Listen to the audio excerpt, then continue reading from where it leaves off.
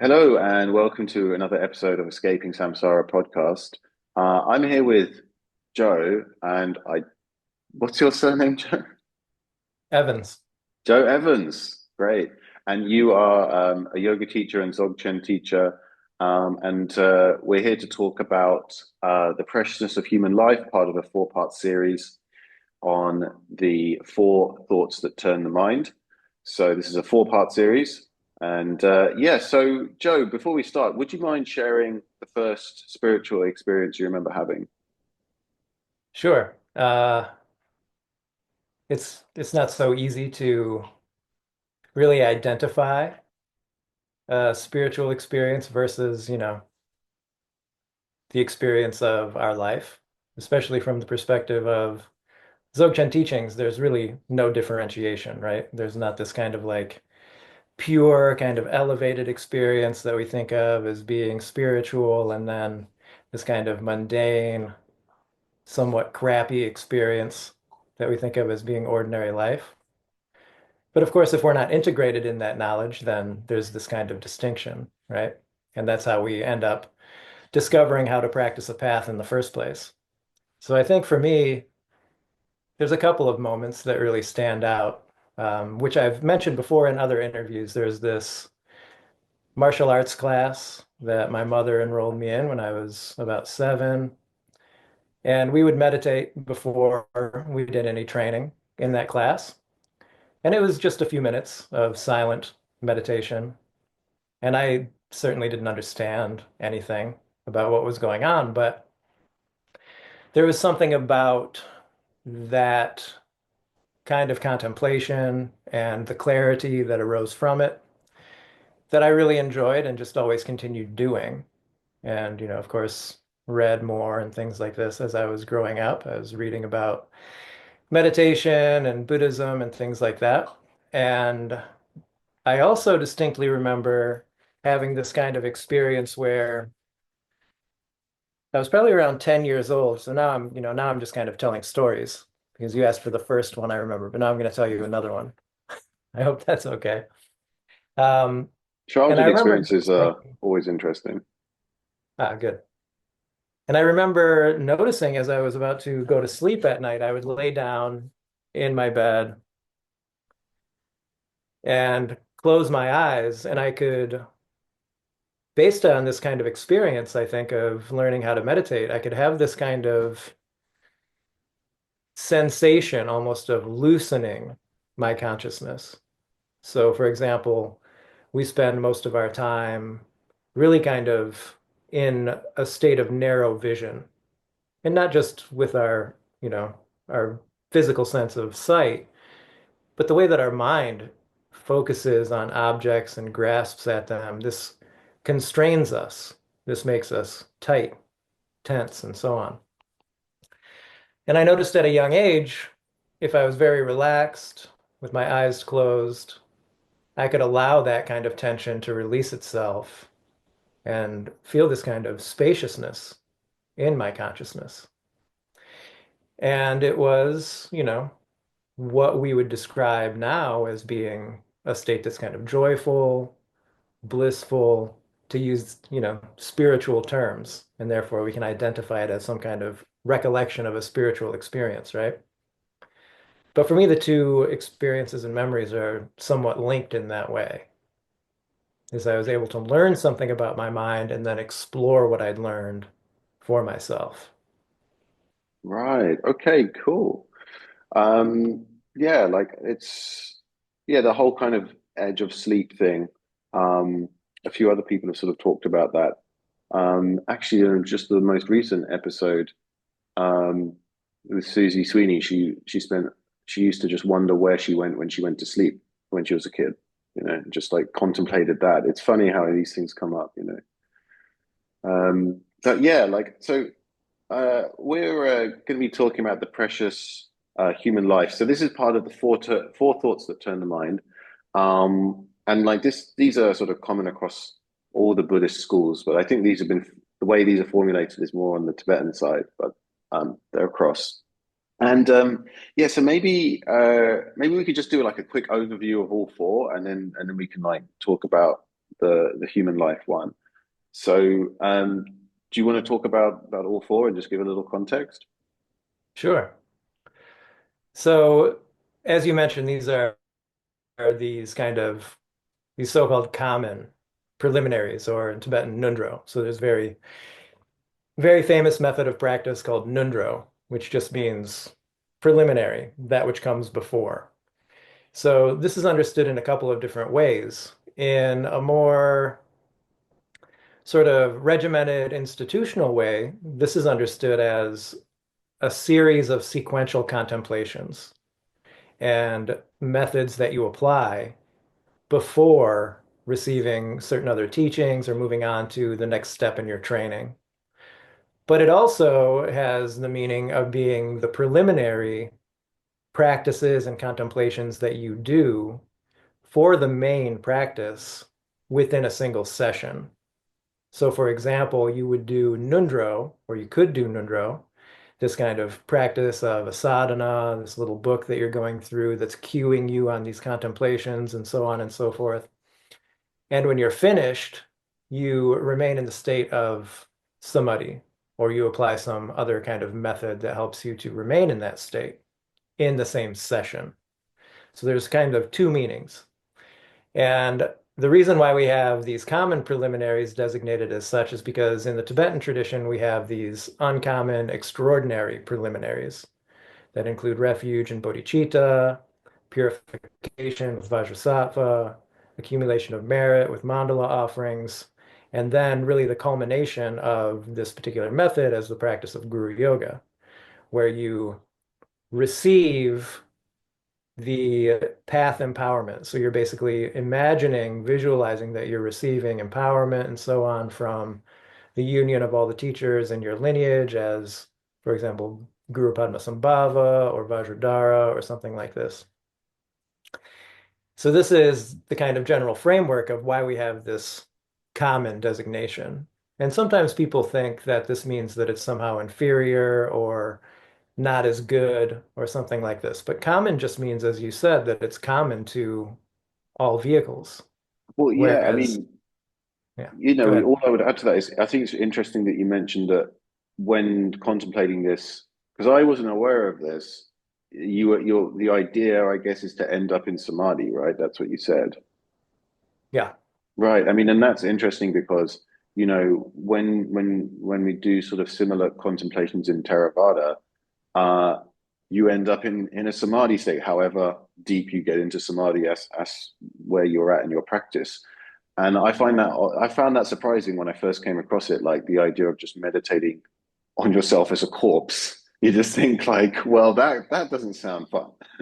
But the interesting thing is that my mind just calmed right down, you know, like I mean, it's not a beginner practice. I think, you know, like when I first started, yeah, it can get a little bit gnarly, a little bit confronting. But if your mind is stable after a little while, you're not a beginner, you do that. It was just surprising to me. And so it was interesting that you sort of noted that as even the you said the common ones, they do end up creating samadhi and create a foundation for practice, even if they're not the super mundane ones. Yeah.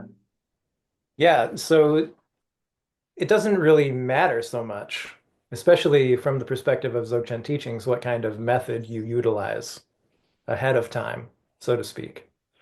Because if you can actually enter into that state of samadhi, then it elevates whatever you're doing to that level of your practice.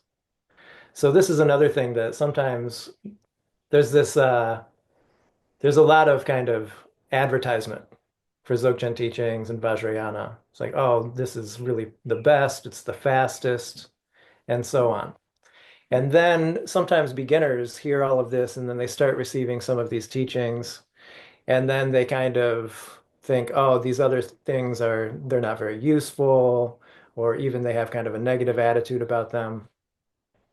But this isn't really the perspective. The perspective is more along the lines of if you have this actual understanding and this point of view, it's like standing on the peak of the highest mountain in a mountain range, and that you have this kind of clear capacity to see the valleys and the other peaks below. And based upon that, and also based upon your observation of yourself, you understand directly what methods to apply that are going to support you in the main practice. The main practice being samadhi, which in Dzogchen context is really the state of trekchö. So you enter into that state using some kind of method, like it could be a Nundro sadhana. It can just be the practice of guru yoga. For example, in my lineage and in my sangha, we use the practice of ati guru yoga, which is very direct and simple, but an incredibly profound practice that really includes the meaning of all Dzogchen teachings in a very simple method. And then you use that method to go into that actual state that's beyond any kind of limitation of applying a method as an antidote, some sort of mind-based attitude cultivation, and so on. So Yeah. there's never any kind of conflict between the method and the actual state of samadhi. Mm. Yeah, I mean, there's just so many ways, so many beautiful ways. I mean, like there's you could make it even simpler. Like I live in Laos and for in Southeast Asia, and every day, the older ladies, it's like almost always the older ladies who are giving the food to the monks every day, right? And some of these old ladies, like according to like monk friends of mine, they have powerful samadhi because every day they give, that gives them joy and they focus on that joy and they're there, and so just there's just this act of giving, the act of generosity can also be just a beautiful preliminary, and I think that is part of what they do in the Tibetan tradition as well, isn't it? Yeah, absolutely. You can practice in a very simple way. You know, you don't have to apply some kind of very elaborate like ritual practice or something like that. Of course you can. And in the Tibetan tradition, I'm sure you know there's this rich diversity of these kinds of methods. But it seems like the more familiar you become and the more relaxed you become and the more confident you become in your own path, the easier it is to integrate simplicity in this kind of way. There's one of my favorite sort of very short stories that illustrates this is about Jigme Lingpa, who was a Teretan, a very important master in our lineage who revealed these kind of spiritual teachings called the Longchen Ningtik. And there's this story about him toward the end of his life where he lived very simply and he would just go outside and drink tea and watch children play and things like this, and was just totally relaxed in this kind of state. So you become relaxed, not in the sense of lazy. Like we have this kind of idea of relaxation as being you just kind of like flop over and you're not doing anything, or you're just watching the Real Housewives of Miami or something. And then we're like, oh, this is relaxation, right? This is our idea. But this isn't what we're talking about. We're talking about a state that's actually free of tension of body, voice, and mind, in which you're totally relaxed so that your natural state radiates forth. And the qualities of the natural state, which are innate as the three kayas, manifest itself. So it's not just this kind of state of checking out or being kind of lazy, but it's beyond any kind of causal method, right? There's no method that causes that state to arise because it's natural. It's the nature of your consciousness. It's the nature of your body, voice, and mind. The methods are for discovering that state.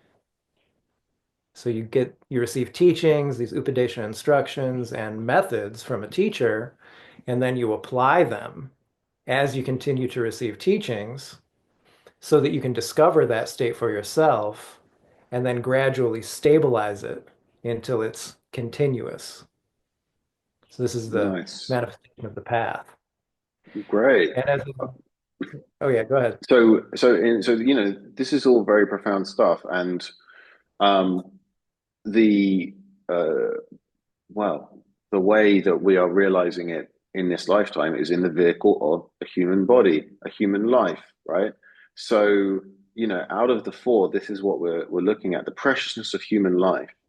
Um, so, I mean, this is a very interesting concept. Um, I mean, yeah, like what's your take on it?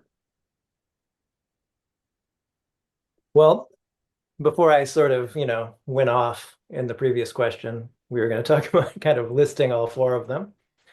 So we have the precious human life, we have impermanence, karma, suffering of samsara. And you contemplate these individually and altogether, but really someone who's practicing in a serious way should really be contemplating and thinking about these very often. It's not something you do and then stop thinking about because they relate to our circumstance as a human being living in this particular body. And it's considered to be precious, not just on the virtue of its form, right? This kind of idea that you're human and therefore it's precious based upon that. It's precious based upon this principle of these freedoms and advantages of being a human being, one of which is that you have the capacity to encounter the teachings. And then your life truly becomes precious when you do encounter the teachings. So this means that you're not living in one of the realms of samsara, having this kind of karmic vision of a hell being who's tormented so intensely that you can't even begin to think about practicing Dharma in a serious way. It also means, in a very relevant context, that you live in a place where you can practice, where, for example, Dharma's not outlawed by the government. So these are these kinds of freedoms and advantages and things like this. We live in a world system where Buddha Shakyamuni turned the wheel of Dharma and so on. And these are also common in the sense that these are what we kind of acknowledge on the path in order to cultivate this recognition that we have this extraordinary opportunity. And there are also elements of this in Dzogchen teachings that are actually related to the structure of the body.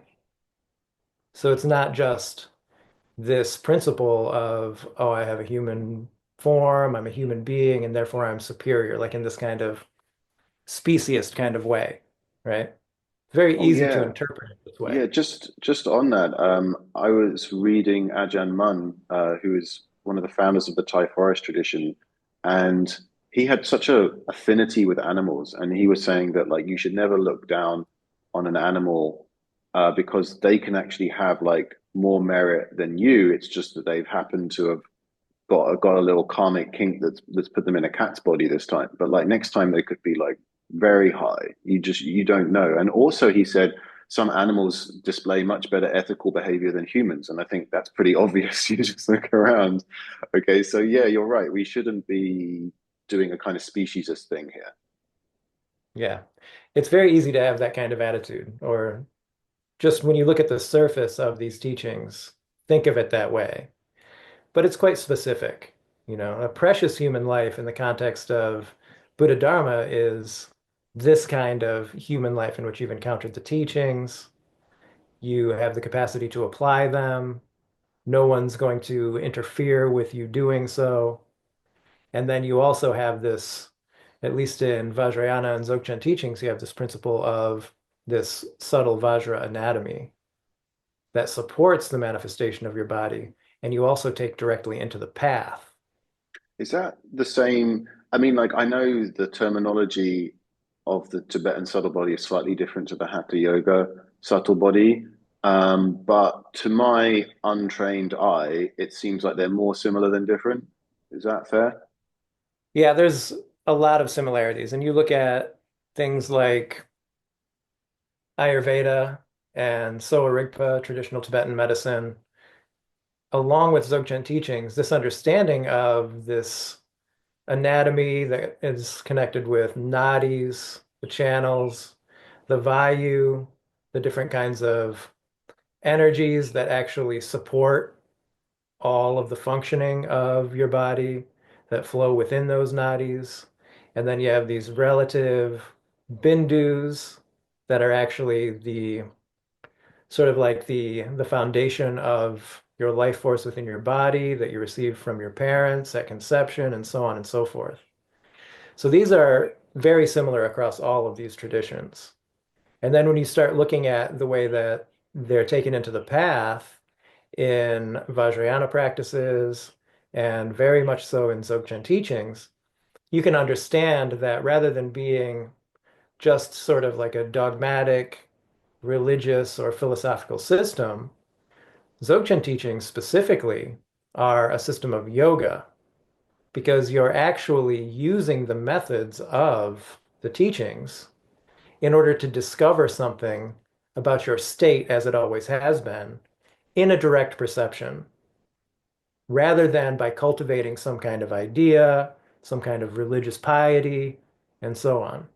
You're actually applying the methods so that you can have a direct perception of your own state. You And can that's see yourself based in upon, a new way, right? what's that? So you see yourself in a new way. It's not necessarily that you see yourself in a new way. That's maybe a little bit what we're doing in Vajrayana. But in Dzogchen teachings, you're actually seeing the way things are as Right, opposed to the way they seem to be. right. Yeah. So, for example, to illustrate that a little bit more clearly by comparing the traditions, you have in Vajrayana, you have this principle of pure perception. And the idea is that you are visualizing yourself as a deity in a mandala and everybody else's deities and things like this in order to transform your afflicted perception into pure perception. So here you already see this kind of dualistic dichotomy between the two. There's something over here that's pure and that's positive. There's something over here that's impure, that's negative. I have to change this into this, right? Ultimately, it comes to the place where this is recognized as being undifferentiated, but in Dzogchen teachings, you're entering directly into the knowledge that everything has been perfectly pure from the beginning. And you utilize the methods so that you discover that state for yourself as being the potentiality of your body, voice, and mind through these kinds of yogic methods. I mean, how much of Dzogchen practice do you think is analogous to mindfulness of the mind and mindfulness of mind objects in Satipatthana practice from the original Eightfold Path? It seems like, yeah, I mean, have you ever thought about that? Sure. I mean, this is very similar to what I was saying before about this example of the mountain range, right? So we utilize all of these different kinds of methods from the other vehicles in Dzogchen teachings. And similarly, in Mahamudra, we have this principle of mindfulness as the meditation. But it's not necessarily the same kind of analytical mindfulness that you think of in these other traditions, but instead, you're being present with this effort that's as gentle as possible so that you can actually prevent yourself from straying into distraction. So instead of applying some kind of mind-based meditation that's analytical or focusing on an object like shamatha or something like this, you're relaxed, yet you're present enough to notice if your mind starts to stray. You start to ruminate, conceptualize objects and grasp at them and so forth. So you notice that you've become distracted. An example that I like to use for it is like when you go bowling as a kid and they put those inflatable bumpers in the gutters of the lane Yeah. so that when you roll the ball down the lane, it's not as though something's deliberately pushing your ball toward the pins, but it's gently being nudged back into the center of the lane. So you apply this kind of mindfulness all the time, if you can. I mean, So that that is pretty similar yeah, to the mindfulness of mind because in that practice, when you're bringing yourself back, you first have to notice you've been distracted, let go of the distraction, and then you'll know that the distraction is impermanent and has gone away, which is essentially mindfulness of mind objects, isn't it? yeah. And this is a actually a critical point in the path that I find I answer this question very often, very frequently, is that a new practitioner comes into the Sangha and they're starting to practice and they're starting to really try to apply the teachings in their life. And then they'll ask a question or make a comment about something like, I keep becoming very distracted when I'm trying to practice. And I'm like, oh, this is excellent. And they're like, what? I'm like, oh, this is a very good thing because it means exactly what you were just saying. It means that now you're noticing when you've become distracted. Whereas before, you were just distracted. It was completely out of control. So this is another way that we actually not only practice this as a preliminary, but this is continuous, right? For example, my guru, Chogyal Namkai Norbu would say, he would give us these kinds of four pieces of advice. Number one is that you do guru yoga. And this doesn't mean that you just practice the method of guru yoga. It means that you actually try to be in the state of samadhi that is equivalent with guru yoga as much as possible. And then he would say you be present. And this means that you have this kind of mindfulness, this attention. And then he says, you work with circumstances, which you do because you're being present and you notice your circumstances and therefore can apply a method. And then the fourth piece is you do your best.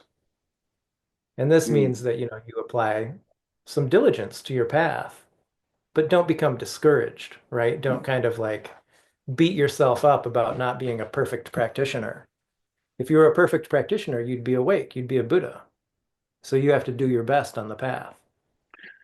Yeah, so what about sleepiness? Because this is something that I struggle with, and I find it comes up a lot more when I'm attempting to do like a Dzogchen style practice, where, maybe shamatha without an object is the worst because I can do it without getting much mental distraction, but it's like it's just I can be just the sleepiness is insane. It's like it'll come on, it'll knock me out, and then I'll pull it back again. It'll come along, knock me out, and then I pull it back again. And when I would say do like the say mindfulness of breathing practice, like sure I might get a bit sleepy, but I've got a focus, and that focus is enough to keep me awaken with the object. And similarly, if I was to do an analytical meditation and look more on my mind, it's not that bad because my mind's doing something. But man, try and do something without an object, and I'm just like asleep. It's so frustrating. Sure. Have you sort of come across that? Of course. I mean, there's a lot of discussion of obstacles in Tibetan Buddhism, and then we have all of these wrathful deities and things like this. And then, sure, we have methods utilizing those kinds of practices to manage obstacles in your life and so on. But really, if we break down the inner obstacles to your practice, we have these two primary categories of dullness and agitation. So we have to work with a method in order to overcome them in our path, in our practice.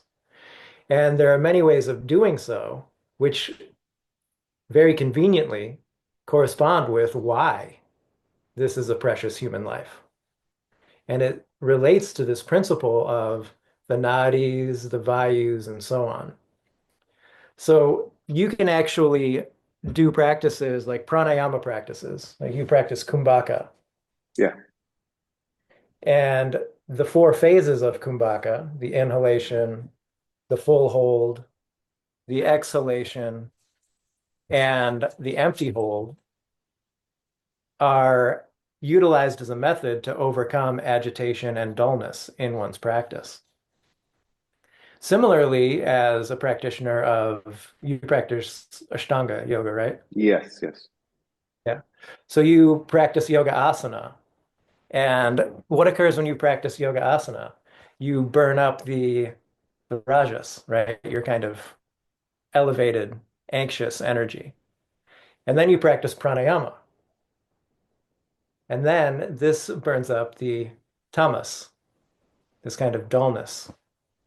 right. And then you remain naturally in the sattvic state, which is pure, clear, and so on.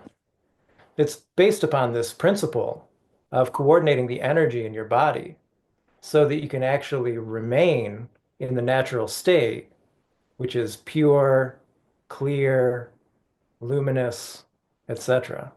I mean, And what I'm this, just sorry, go on. oh yeah, and this is actually based on this kind of inner meaning of the preciousness of human life. Because for a human being, the way that your nadi channels are arranged, the way that pristine consciousness abides within your body is perfectly correlated for practicing the path so that you can actually have this kind of experience of a direct perception of your true nature. For example, my dog, right? He's very nice, like you were saying, he's very kind, all these other things, very loving. So maybe he has this kind of excellent karma, but he doesn't necessarily have the capacity to practice the path right now, at least volitionally, right? Like I can do things to like create a good cause for him. But this is based upon the limitations of his capacity for language, certain types of intelligence, which, I don't really like to talk so much about intelligence because human beings have this inflated idea that the kind of intelligence that we have is somehow superior when the intelligence of the diversity of species is extraordinary and really beyond our comprehension entirely. But he can't really like sit down and receive teachings and things like this, right? And also the way that his channels are arranged direct his senses downward toward the ground. And if you think about the animal realm, what's its characteristic? Dullness, ignorance, and so forth. So a precious human existence means that your arrangement of your Vajra anatomy corresponds with practicing the profound path. And in particular, in Dzogchen teachings, this means that you can actually, through your senses and through your body, voice, and mind, directly experience the radiance of your own primordial state, which is Kadak and Lundrup non-dual, original purity, emptiness, Lundrup, naturally perfected qualifications of the infinite appearances of the three kayas. And these are So undifferentiated. And this is the real essence of a precious human life. nice. Yeah, thank you.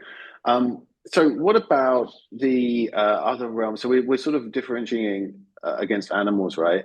Obviously, hell beings are, they're a bit messed up. But like what about say ghosts and devas, because I know the sort of standard interpretation is that neither of these are as good as human life because the devas are too happy and the ghosts are too, I don't know, bit too much suffering maybe.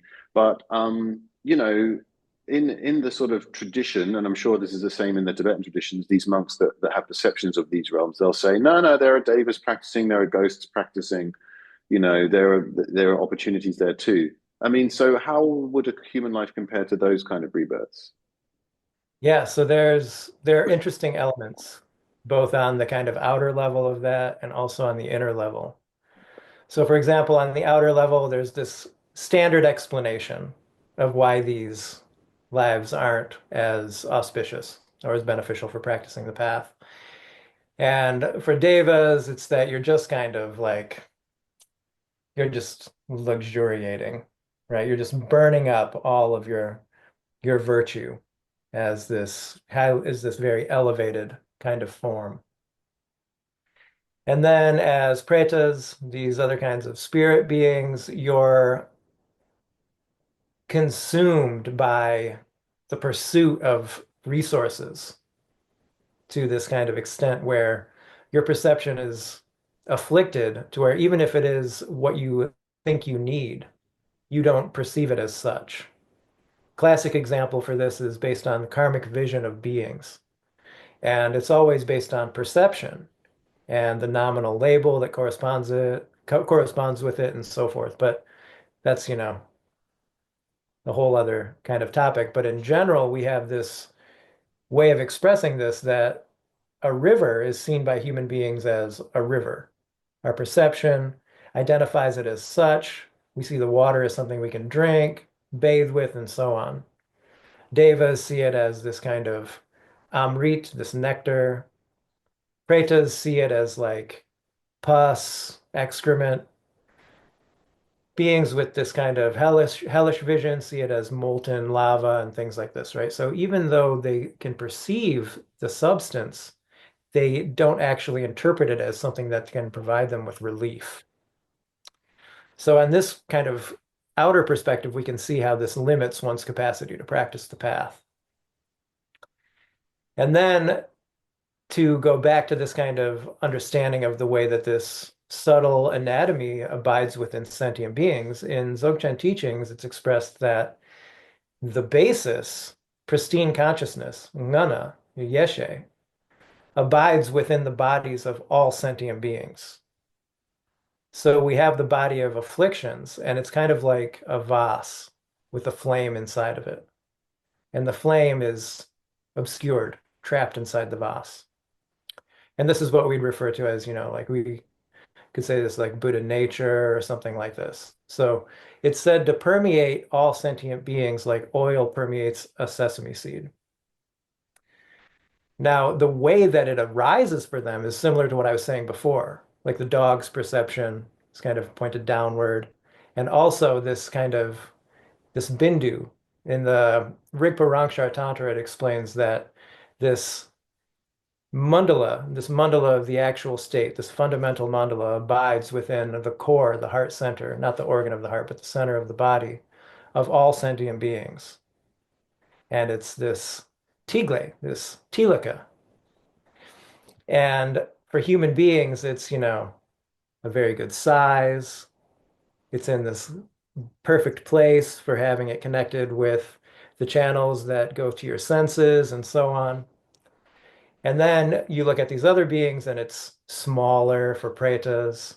It's very, very tiny for the beings with hellish vision. It's large for devas.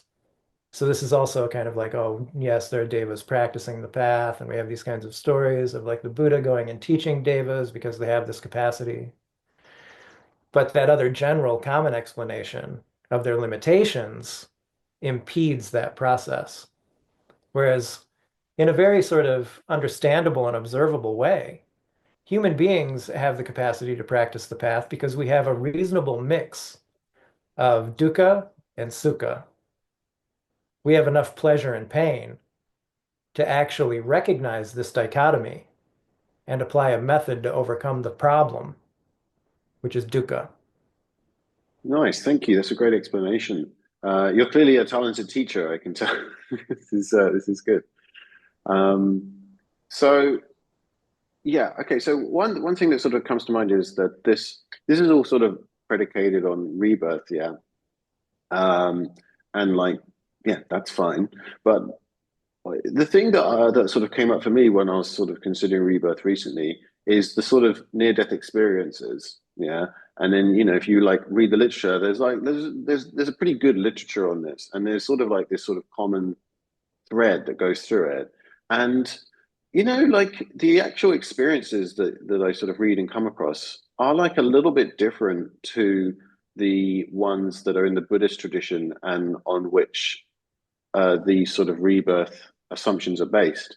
Namely, that when you speak to like NDE experienced people, when they go over to the other side, they seem to sort of experience themselves as pretty much the same, I guess, as when they were humans. Do you know what I mean? Like they have the same kind of memories, and then when they come back and they're like, oh, I did X, Y, Z, and I was in this realm and that realm.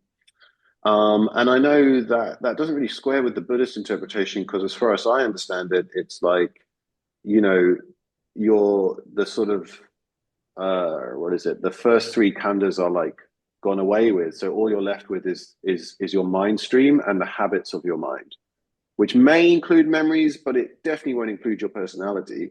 So the fact that they experience a personality that is the same as their human personality, it sort of like contrasts a little bit with that. Um, I don't know, just something I'm thinking about. Do you have any ideas on that? Yeah, I think there are a couple of elements to this. So one is that we contextualize all of our experience based upon our personality. So for example, you have a dream. You have this body, feels like a physical body. You're interacting with people, you're going places, and so on. Is that you in a real concrete way? No, I impose that on the experience at a later Right. date. And then you wake up and you say, ah, I had this dream last night. So it's very possible that a similar thing occurs when people have these kinds of near-death experiences, is that you are experiencing your consciousness in a different way. It's still the manifestation of the aggregate of your consciousness. And since it's this continuous, serially connected stream, you have these momentary connections of consciousness. So that thread, you maybe wouldn't necessarily think of it as being like a personality, but that continuity is perpetuating. And then you wake back up, they zap you or whatever, you come back to being, and now you reify that experience. You say, oh, I had this experience. This was very interesting. I was seeing this kind of thing. I saw my grandmother. We had a conversation, whatever. But everything is in this kind of context of dualistic vision in this way, because that's our experience. And it's also somewhat necessary, because if you look at the way that we understand the Upadesha instructions for liberation in the Bardo, there's it's full of the same kind of dualistic language that we think of in ordinary context. For example, you enter into the Bardo of Dharmata, and there's the appearance of sound, lights, and rays. Something has to be experiencing and witnessing those appearances. So this kind of relative conventional aspect of your consciousness plays a very important role in not only recognizing and interpreting experiences, but also integrating with the way those appearances are arising so that all of that kind of outer inner dualistic vision actually dissolves and becomes completely perfected and one wakes up. So this is even associated with the way that we practice the path. Like even in Dzogchen teachings, for example, we have the principle of Rigpa, probably the most famous word in Dzogchen teachings is Rigpa. And it has very specific meanings in different contexts. Principally, the way that it's defined by Vimalamitra, who's really the main commentator other than Longchenpa in our tradition, it's defined in several ways, but it's precisely defined as being one's personal gnosis of the essence, their own primordial state. So what does that imply? That implies that there's a kind of conventional Rigpa. And also we look at the way that these texts express the meaning of Rigpa as Soso Rangi Rigpa Yeshe. This term is contracted down to Rang Rik, and then it gets contracted down to Rigpa. And Soso Rangi Rigpa Yeshe, this is actually a translation of a Sanskrit term, Pratya Atmya Vedanangana, which means gnosis that is personally known. So you discover in a direct perception your own primordial state. This is the Rigpa of the path. You're practicing based upon this introduction that you receive from the teacher and this knowledge that's non-conceptual because it's arising from your own direct experience. And then we have the Rigpa of the basis, which is uncompounded, Kadak Lundrup, totally pure, with the intrinsic qualities of the three kayas. When you're practicing the path, you're becoming familiar with the radiance of that primordial state so that you become fully integrated and you wake up. This is also the way that we describe the experience of death and dying. So you enter into the bardo, and then we have this analogy, this expression of the mother and child luminosities.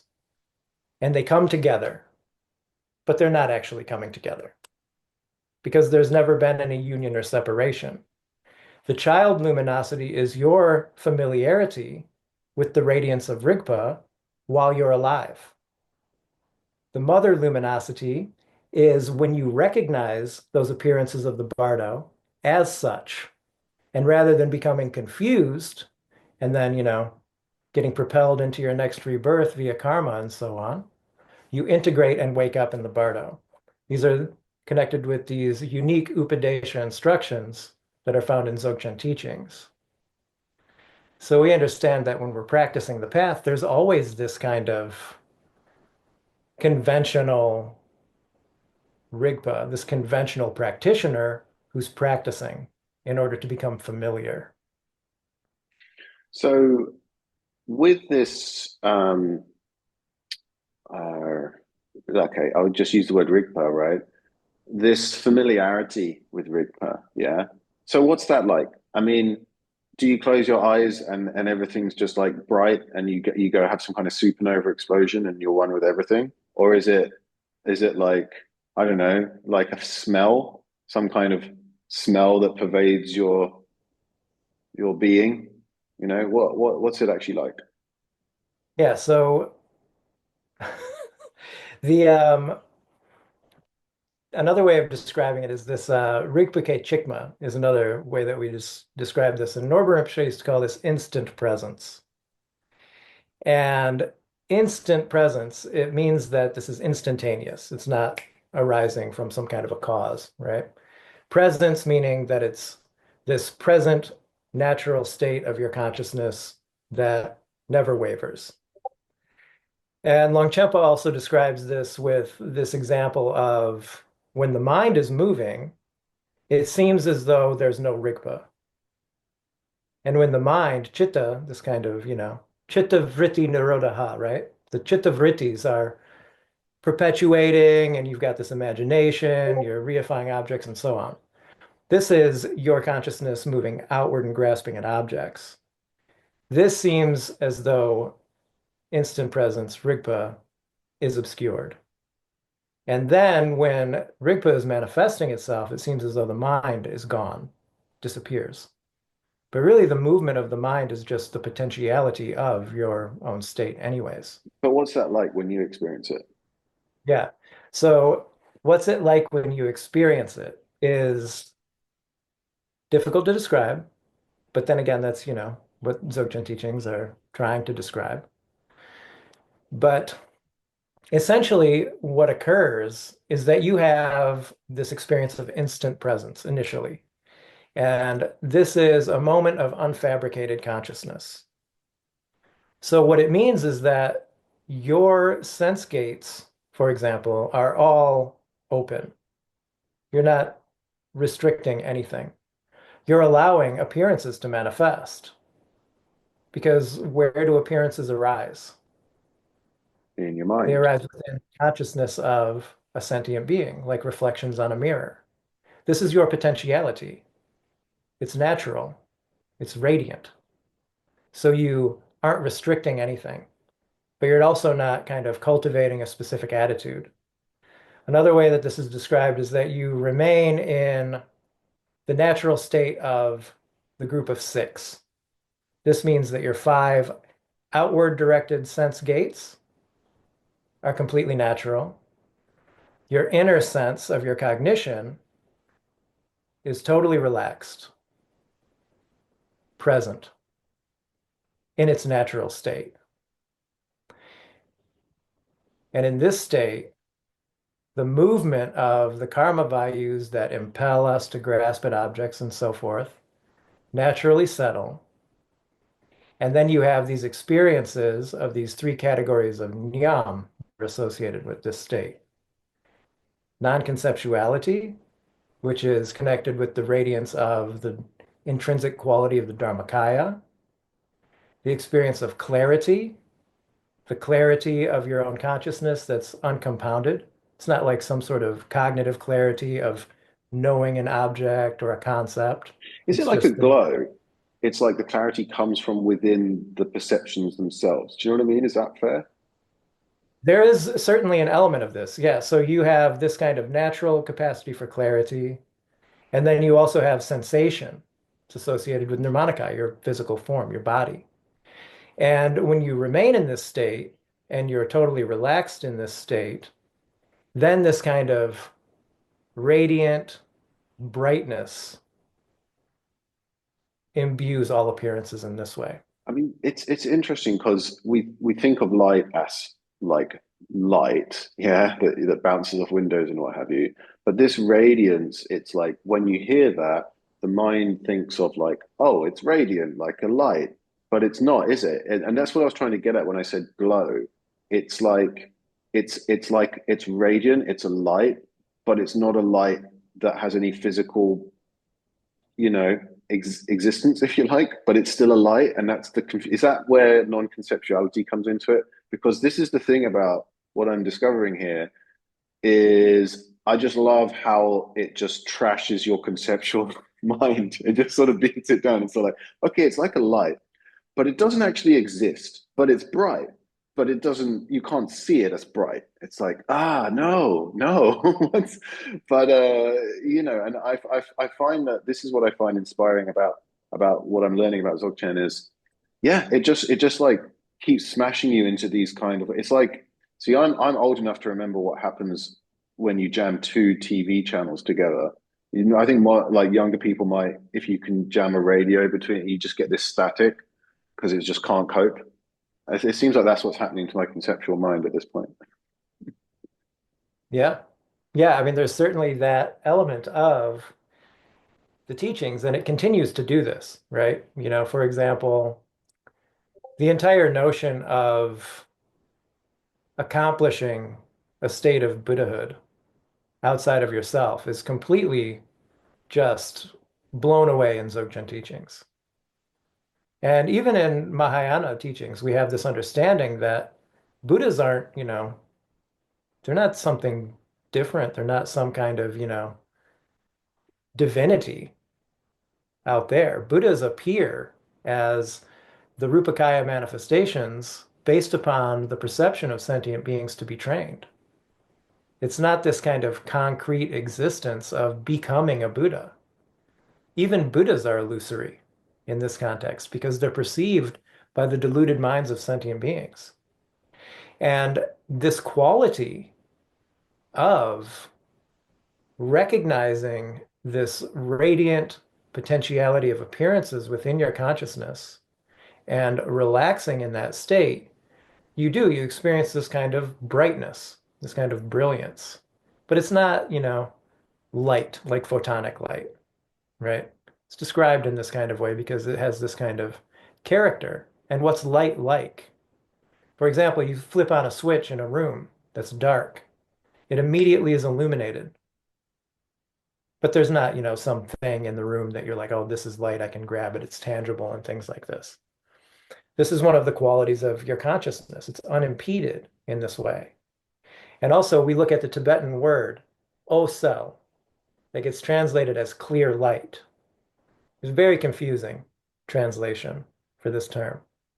The Sanskrit term is prabhashvara, and it has this kind of connotation of being luminous, but it also is a synonym for purity, which means emptiness.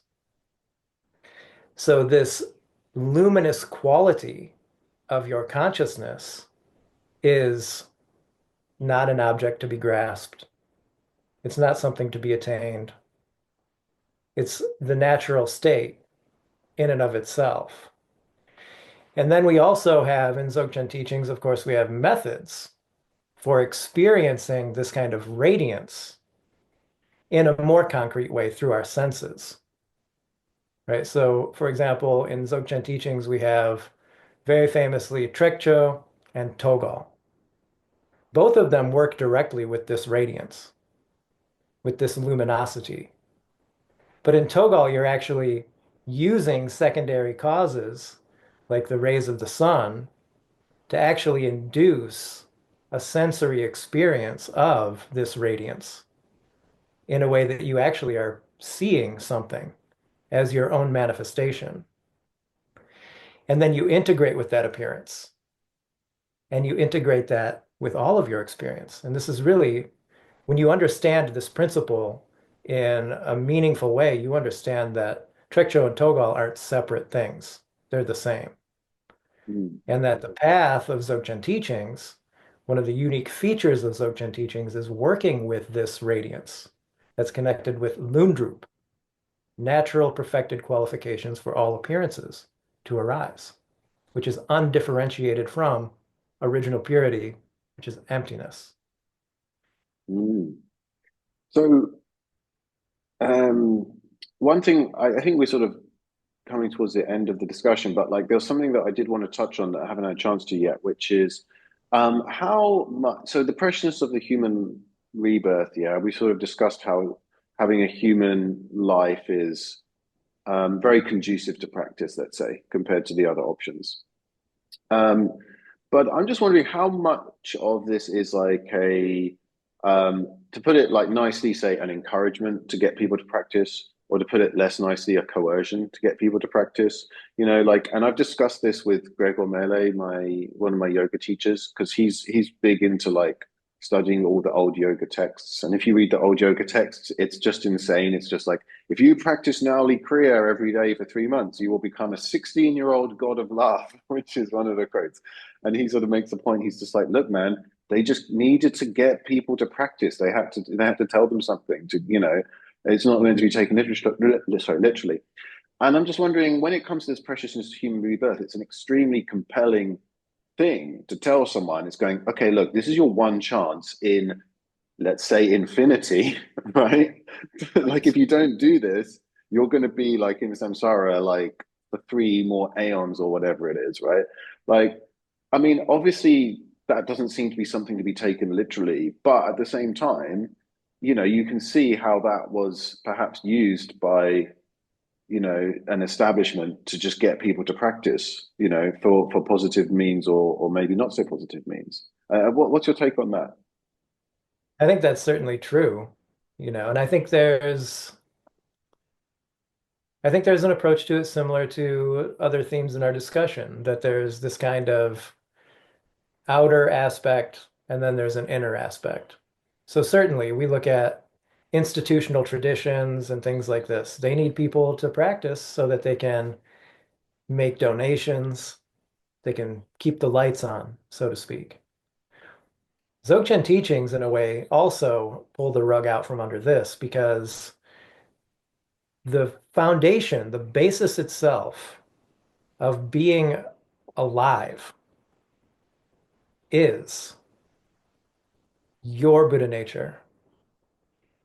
The fact that you're alive means that you have this potentiality. So when someone introduces this to you and explains how to actually discover it for yourself, this kind of, shakes up institutional sort of step by step. You come, you make donations every Sunday, and then maybe someday in the future, you'll have the capacity to recognize something really meaningful for yourself. So we have this kind of idea of, oh yeah, we should encourage people. That's a little bit, maybe a little jaded on the aspect of like just doing it to get people to maintain the institution. But also, there's this element of teachers who actually really have experience and they recognize this for themselves and they are genuinely trying to help other people recognize it also. So they use this kind of encouragement. And I think on an inner level, and this is one of the many things that I am always profoundly grateful to my own gurus for, is that they never withheld anything from me. They taught very clearly, many things that I took many years to understand after the fact. But one of the things that Norbu Rinpoche used to say is that he would say that the indispensable factor for practicing this path and ultimately for awakening is your interest and participation. And we have this discussion of these different factors of awakening in Abhidharma. And this factor in Abhidharma is Shraddha, which you might be familiar with, Yes, translated commonly as, translated. Right, yeah. right? But Norbu Rinpoche explained this a little bit differently because in the context of the teachings, this isn't some kind of faith that's based on someone just telling you to believe something. It's faith that's based on actually having understanding of the object itself. So you actually have some knowledge. And this is why he presented this as the key factor as being your participation and sincere interest. Because I could go to a town and people could put flyers up saying, oh, this person's going to come and give this teaching. He's going to explain a little bit about Dzogchen teachings or something like this. And in a city like New York, where there's millions of people, maybe a handful of people will come. And the reason is because they have this kind of interest. It's volitional and arising from within themselves. It's not based on coercion. And the same thing is true. Like if someone is interested and they bring their partner or a friend who isn't interested, the partner or a friend might go just to be polite, but they're not actually interested. And then based upon your interest, what occurs is that you develop the other factors like prajna, your wisdom, your diligence, and so forth as you practice the path. And as you develop those factors, you have more familiarity with the actual meaning of the teachings arising and dawning in your continuum. And therefore, you recognize for yourself why you have a precious human existence, Yeah, not based on that. I think that's a really good point. I mean, I think so. What you're saying is that like it really is based on the individual and their proclivities or whatever. When you're receiving these teachings, when you hear about the teaching of the precious human life, it's like if you're you know like so for me personally it's like I didn't believe in rebirth for the first like I don't know 5 years I was practicing Buddhism, right? It just developed. It's not like someone told me, "Oh, you better do this, or you'll be in samsara forever." Because I'm like, "What? I don't care. Like, I just want to stop taking drugs. How about that? You know? How about we just do that? You know?"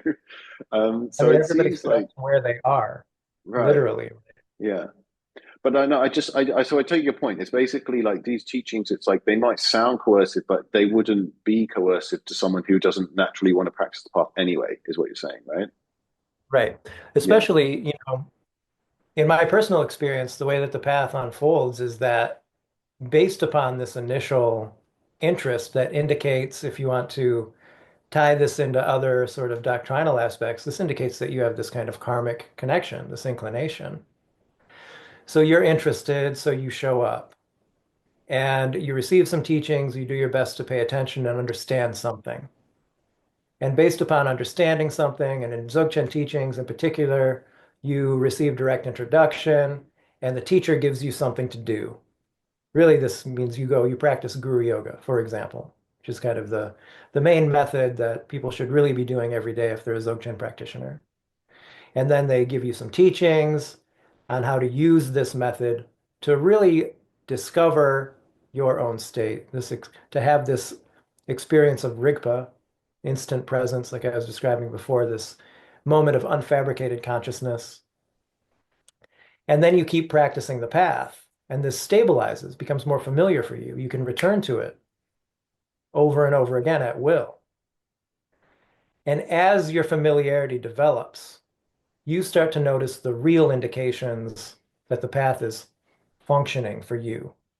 And that means that your afflictions are gradually and naturally exhausting in their own place without trying to like crush down your anger, crush down your jealousy, or replace it with something else. They're naturally diminishing over time. Your life is more integrated because you're being present, you're familiar with your primordial state, so you're more relaxed, which means that you're going to be less reactive, which means you're going to engage in less conflict. You become a better partner, better parent, whatever it is in your personal circumstances. This is the way that you really recognize if you're making progress on the path, is that your afflictions diminish. And yeah, based yeah. upon your devotion and enthusiasm for the path only increases.